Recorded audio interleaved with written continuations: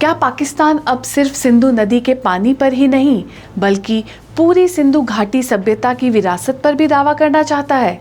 आखिर क्यों पाकिस्तान के सेना प्रमुख फील्ड मार्शल आसिम मुनीर बार बार सिंधु सभ्यता और सिंधु जल का मुद्दा उठा रहे हैं? क्या यह सिर्फ इतिहास की बहस है या इसके पीछे कोई बड़ी रणनीति छिपी है? और इस पूरे मामले पर भारत का क्या रुख है?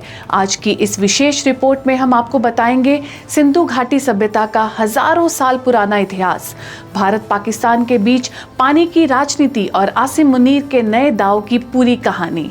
मैं हूं सोनिया और आप देख रहे हैं बैठक। आज का मुद्दा सिर्फ इतिहास नहीं बल्कि वर्तमान की राजनीति और भविष्य की रणनीति से जुड़ा है। सिंधु नदी, सिंधु जल संधि और सिंधु घाटी सभ्यता, ये तीनों अब भारत पाकिस्तान के रिश्तों में एक नए तनाव का कारण बन चुके हैं। खासकर हाल के महीनों में पाकिस्तान की तरफ से दिए गए बयानों और भारत के सख्त फैसलों ने इस मुद्दे को और गंभीर बना दिया है। अगर हम थोड़ा पीछे जाएं तो सिंधु घाटी सभ्यता दुनिया की सबसे पुरानी और विकसित सभ्यताओं में से एक मानी जाती है। करीब 3300 ईसा पूर्व से 1300 ईसा पूर्व के बीच यह सभ्यता सिंधु नदी और उसकी सहायक नदियों के किनारे फली फूली। यहाँ के शहर योजनाबद्ध थे, जल निकासी व्यवस्था बेहद उन्नत थी, लोग व्यापार व शिल्प कला में माहिर थे। पहले यह माना जाता था कि इस सभ्यता का केंद्र सिर्फ आज के पाकिस्तान में था क्योंकि हड़प्पा और मोहनजोदाड़ो वहीं मिले थे। लेकिन बाद में भारत में राखीगढ़ी, धौलावीरा और लोथल जैसे कई बड़े स्थल मिलने के बाद यह साफ हो गया कि यह सभ्यता पूरे भारतीय उपमहाद्वीप में फैली हुई थी। यानी यह किसी एक देश की नहीं बल्कि साझा विरासत है। अब आते हैं असली मुद्दे पर, सिंधु नदी। यह नदी तिब्बत से निकलकर भारत और फिर पाकिस्तान से होकर गुजरती है। पाकिस्तान की खेती और पानी की ज़रूरतों का बड़ा हिस्सा इस नदी पर निर्भर करता है। यही वजह है कि सिंधु नदी वहाँ सिर्फ एक जल स्रोत नहीं बल्कि जीवन रेखा मानी जाती है। 1960 में भारत और पाकिस्तान के बीच सिंधु जल संधि हुई थी, जिसके तहत नदियों का बंटवारा तय किया गया था। भारत को पूर्व नदियां मिली और पाकिस्तान को पश्चिमी नदियों का ज्यादा हिस्सा। दशकों तक यह समझौता चलता रहा, यहाँ तक कि युद्धों के दौरान भी इसे नहीं तोड़ा गया। लेकिन अब हालात बदल चुके हैं। पिछले कुछ सालों में सीमा पर आतंकवाद और लगातार तनाव के कारण भारत का रुख सख्त हुआ है और अप्रैल 2025 में पहलगाम में हुए आतंकी हमले के बाद भारत ने बड़ा फैसला लेते हुए सिंधु जल संधि को प्रभावी रूप से स्थगित कर दिया है। यह कदम पाकिस्तान के लिए एक बड़ा झटका माना जा रहा है क्योंकि उसकी अर्थव्यवस्था और कृषि इस पानी पर निर्भर करती है। यहीं से पाकिस्तान की प्रतिक्रिया तेज हो गई। पाकिस्तान के सेना प्रमुख आसिम मुनीर ने हाल ही में कई बार सिंधु नदी को पाकिस्तान की पहचान से जोड़ते हुए बयान दिए हैं। उन्होंने कहा कि सिंधु सिर्फ पानी नहीं बल्कि पाकिस्तान के अस्तित्व का आधार है। उनके इस बयानों को पाकिस्तान में राष्ट्रवाद के तौर पर देखा जा रहा है, लेकिन भारत में इसे एक रणनीतिक दबाव बनाने की कोशिश माना जा रहा है।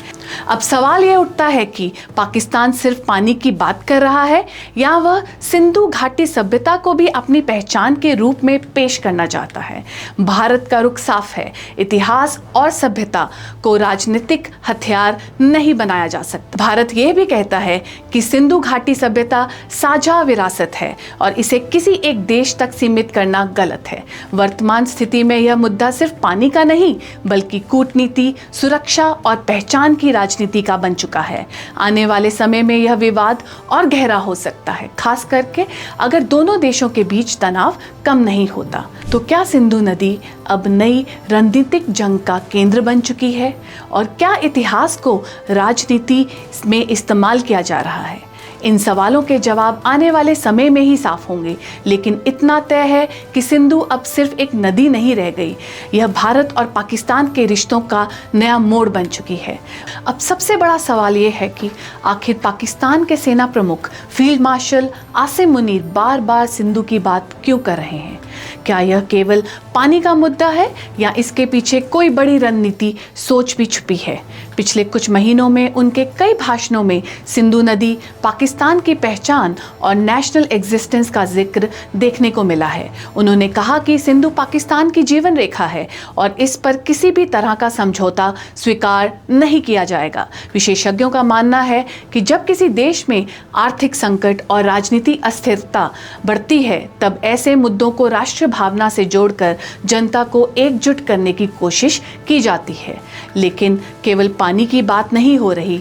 पाकिस्तान में सिंधु घाटी सभ्यता को भी अपनी राष्ट्रीय पहचान का हिस्सा बनाने की कोशिश दिखाई दे रही है। स्कूलों और संग्रहालयों में हड़प्पा और मोहनजोदाड़ो को प्रमुखता से प्रस्तुत किया जाता है। हालांकि इतिहासकार स्पष्ट करते हैं कि किसी स्थल का वर्तमान सीमा में होना पूरी सभ्यता पर अधिकार नहीं देता। सिंधु घाटी सभ्यता भारत, पाकिस्तान और अफगानिस्तान तक फैली हुई थी, इसलिए इसे किसी एक देश की विरासत कहना सही नहीं माना जाता। भारत भी इसी आधार पर अपना पक्ष रखता है। इंडियन आर्कियोलॉजिकल सर्वे के अनुसार इस सभ्यता से जुड़े सबसे अधिक स्थल भारत में मिले हैं। हरियाणा का राखीगढ़ी, गुजरात का धोलावीरा और राजस्थान का कालीबंगन इसके प्रमुख उदाहरण हैं। इसलिए भारत इसे पूरे सब कॉन्टिनेंट की साझा सांस्कृतिक विरासत मानता है। अब बात वर्तमान विवाद की। अप्रैल 2025 में पहलगाम हमले के बाद भारत ने सिंधु जल संधि को प्रभावी रूप से स्थगित करने का फैसला लिया। भारत ने कहा कि जब तक आतंकवाद पर ठोस कार्रवाई नहीं होती, तब तक पुराने समझौते जारी रखना संभव नहीं होगा। साथ ही भारत ने पश्चिमी नदियों पर परियोजनाओं को तेज करने का संकेत दिया। दूसरी ओर पाकिस्तान ने इसका कड़ा विरोध किया। उसका कहना है यह संधि अंतर्राष्ट्रीय स्तर पर मान्य है, इसे एक तरफा खत्म नहीं किया जा सकता। पाकिस्तान की कृषि और अर्थव्यवस्था काफी हद तक सिंधु नदी पर निर्भर करती है, इसलिए यह मुद्दा वहां राष्ट्रीय सुरक्षा से जुड़ा माना जा रहा है। हालांकि विशेषज्ञों का कहना है कि भारत अभी पूरी तरह पानी रोकने की स्थिति में नहीं है, क्योंकि उनके पास सफिशिएंट स्टोरेज कैपेसिटी नहीं है। लेकिन भविष्य में परियोजनाओं के जरिए भारत अपनी क्षमता बढ़ा सकता है, जो पाकिस्तान की चिंता का कारण है। अब सवाल है कि क्या यह विवाद केवल पानी तक सीमित रहेगा? विशेषज्ञ मानते हैं कि ऐसा नहीं है। पानी को भविष्य का बड़ा रणनीतिक संसाधन माना जा रहा है और आने वाले समय में इस पर तनाव बढ़ सकता है। लेकिन यह मुद्दा केवल बायलैटरल नहीं, बल्कि रीजनल स्टेबिलिटी से जुड़ा है। इतिहासकार बताते हैं कि सिंधु घाटी सभ्यता उस समय विकसित हुई थी जब आधुनिक राष्ट्र राज्य अस्तित्व में नहीं थे, इसलिए इसे आज भी सीमाओं के आधार पर बांटना उचित नहीं है। अधिकांश रिसर्चर्स इसे दक्षिण एशिया की साझा धरोहर मानते हैं। आसिम मुनीर के बयानों को लेकर अलग अलग राय है। कुछ इसे राष्ट्रीय एकता मजबूत करने की कोशिश मानते हैं, तो कुछ इसे भारत पर दबाव बनाने की रणनीति बताते हैं। हालांकि अभी तक कोई औपचारिक अंतर्राष्ट्रीय विवाद सामने नहीं आया है। भारत की रणनीति दो स्तरों पर है: आतंकवाद के खिलाफ सख्ती और संधि के तहत अपने अधिकारों का उपयोग। भारत का कहना है कि वह अंतर्राष्ट्रीय नियमों का पालन करेगा, लेकिन अपने हितों से समझौता नहीं करेगा। कुल मिलाकर सिंधु नदी अब केवल पानी का स्रोत नहीं, बल्कि इतिहास, राजनीति और सुरक्षा का केंद्र बन चुकी है। एक तरफा साझा विरासत है, तो दूसरी तरफ आधुनिक हितों का टकराव। यही कारण है कि यह मुद्दा फिर सुर्खियों में है। सबसे जरूरी बात यह है कि इतिहास और वर्तमान के बीच फर्क समझा जाए। सिंधु सभ्यता साझा धरोहर है, जबकि जल विवाद वर्तमान कूटनैतिक मुद्दा है, जिसका समाधान बातचीत से ही संभव है। फिलहाल दुनिया की नज़र भारत और पाकिस्तान पर है। क्या दोनों देश शांतिपूर्ण समाधान निकाल पाएंगे या यह विवाद और बढ़ेगा, यह भविष्य ही बताएगा। अगर आपको ये रिपोर्ट पसंद आई हो तो वीडियो को लाइक करें, चैनल को सब्सक्राइब करें और बेल आइकॉन दबाएं। ऐसी ही ज़रूरी खबरों के लिए जुड़े रहिए बैठक के साथ। धन्यवाद। अगर आपको बैठक न्यूज़ की खबरें पसंद आ रही हैं तो चैनल को सब्सक्राइब करना ना भूलें और नीचे दिए गए बेल आइकन को ज़रूर प्रेस करें, क्योंकि आपका एक सब्सक्राइब हमें मोटिवेट करता है।